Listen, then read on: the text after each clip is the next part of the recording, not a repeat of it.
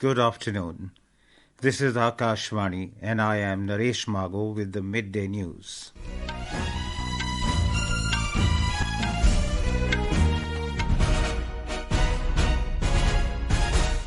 The headlines. Prime Minister Narendra Modi says government is guided by the mantra of developing the states to make India a developed nation. Inaugurates new building of Chhattisgarh Legislative Assembly.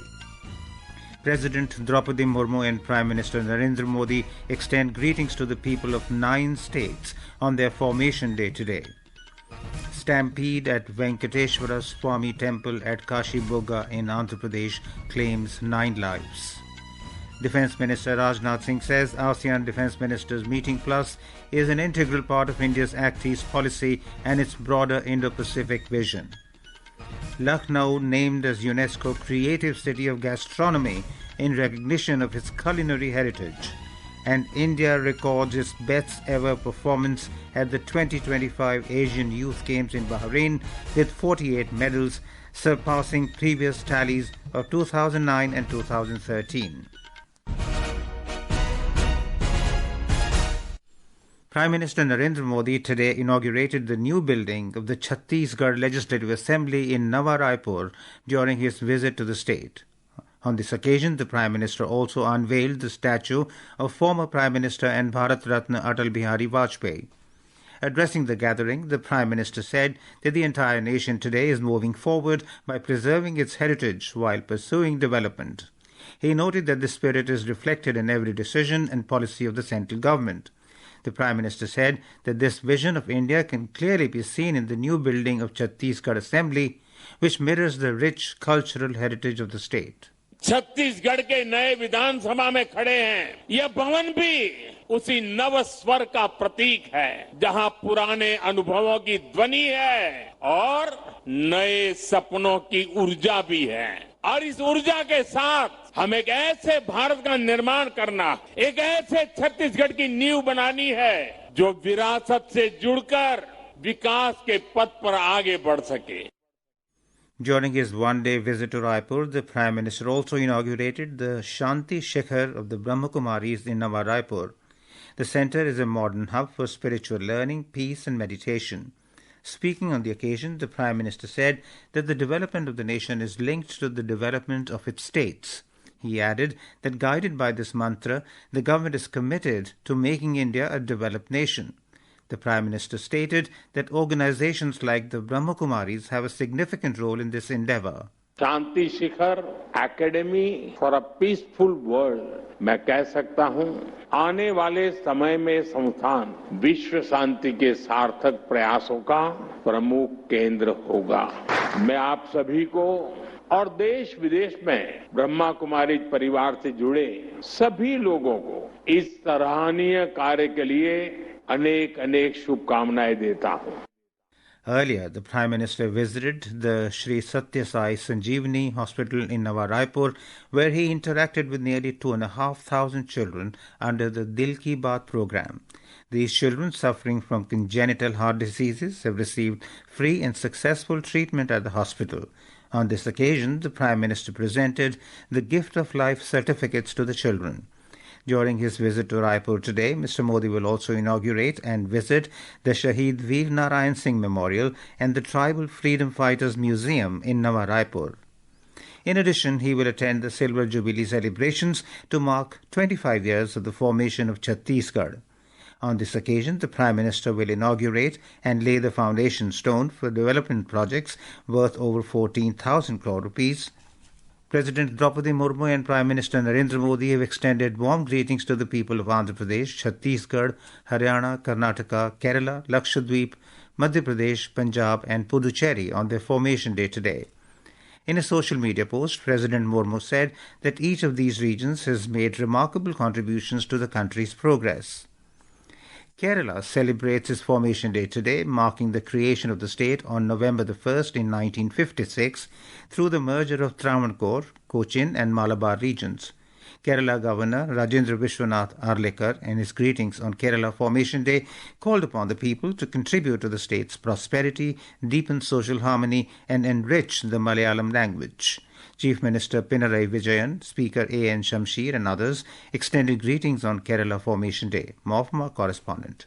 Various programs across the state are being organized as part of the celebrations. A special session of the State Legislative Assembly was held today. State government declared eradication of extreme poverty in Kerala. Other than this, inauguration of the Arts and Literature Workshop at Kottayam and inauguration of the International Book Festival at Ernakulam were the major events today. Many people, both men and women, preferred to wear Kerala traditional costume today. Midday Empalluruthi, Akashvani News, Thiruvananthapuram. Due to the rain and strong winds in most parts of Bihar, campaigning for the assembly elections has been badly affected today. The election rallies of star campaigners and senior leaders from both the NDA and the Mahagathbandhan could not start at several places. Because of the bad weather, helicopters were unable to take off, making it difficult for the star campaigners to hop from one assembly constituency to another. Meanwhile, Chief Minister Nitish Kumar, Jan Swaraj Party leader Prashant Kishore and several other prominent campaigners are conducting roadshows in poll-bound constituencies. More from our correspondent. Senior BJP leader Amit Shah's election rally in Gopalganj could not begin on time. Mr. Shah is also scheduled to address public meetings in Samastipur and Vaishali districts. BJP President JP Nadda will address a rally in Muzaffarpur later in the day. Senior BJP leader and state BJP President Dr. Dilip Jaiswal said that the Mahagathbandhan leaders are trying to mislead people in their election meetings by making false promises on development. Leaders of Mahagathbandhan have accused the NDA of violating the Model Code of Conduct by transferring 10,000 rupees in installments to the bank accounts of women beneficiaries under the Mukhyamantri Rozgar Yojana. RJD leader Manoj Jha has written a letter to the Chief Election Commissioner demanding that the matter be taken seriously. Meanwhile, Congress spokesperson Supriya Srinath, referring to the death of a person in an incident of political violence in Mokama in Patna district, said that there is no place for violence in democratic elections and urged the Election Commission to take strict action in the matter. Chief Minister Nitish Kumar will also address several election meetings today, while the Mahagathbandhan's chief ministerial candidate Tejasvi Prasad Yadav will address rallies in Muzaffarpur, Gopalganj, Siwan, Saran and Vaishali. Senior Congress leader Priyanka Gandhi is also scheduled to address an election rally in Begusarai in support of the Mahagathbandhan candidates. Dharmendra Kumar Rai, Akashvani News, Patna. Political parties in Bihar are making last-ditch efforts to woo the voters as polling for the first phase is scheduled to be held on the 6th of this month. The NDA and the Mahagathbandhan leaders are levelling charges against each other and campaigning to get the support for their candidates. Lok Janashakti Party, Ramvilas President and Union Minister Chirag Paswan said there is a wave of the NDA everywhere and an NDA government will be formed in Bihar this time.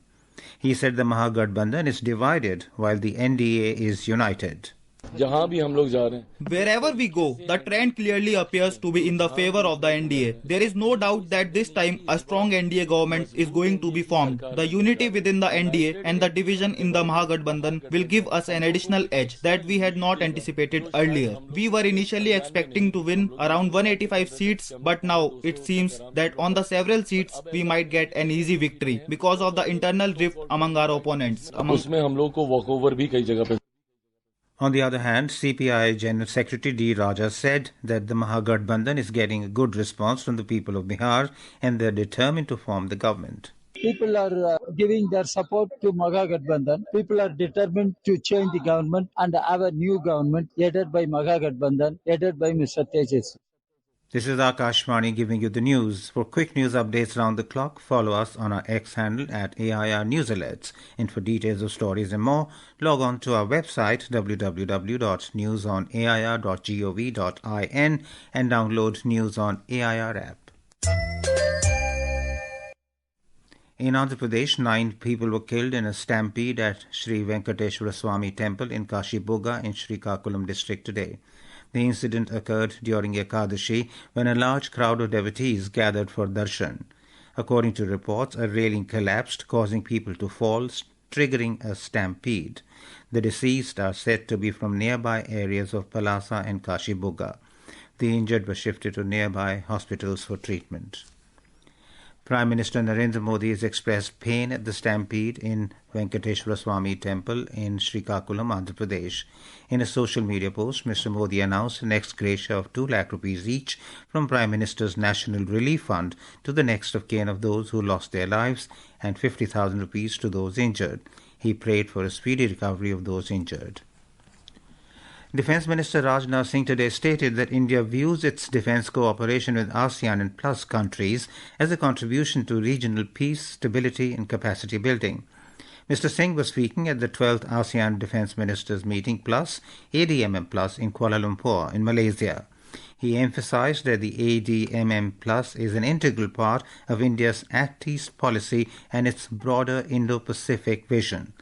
The Defence Minister also highlighted that India's Indo-Pacific security vision connects defence cooperation with economic development, technology sharing and human resource development.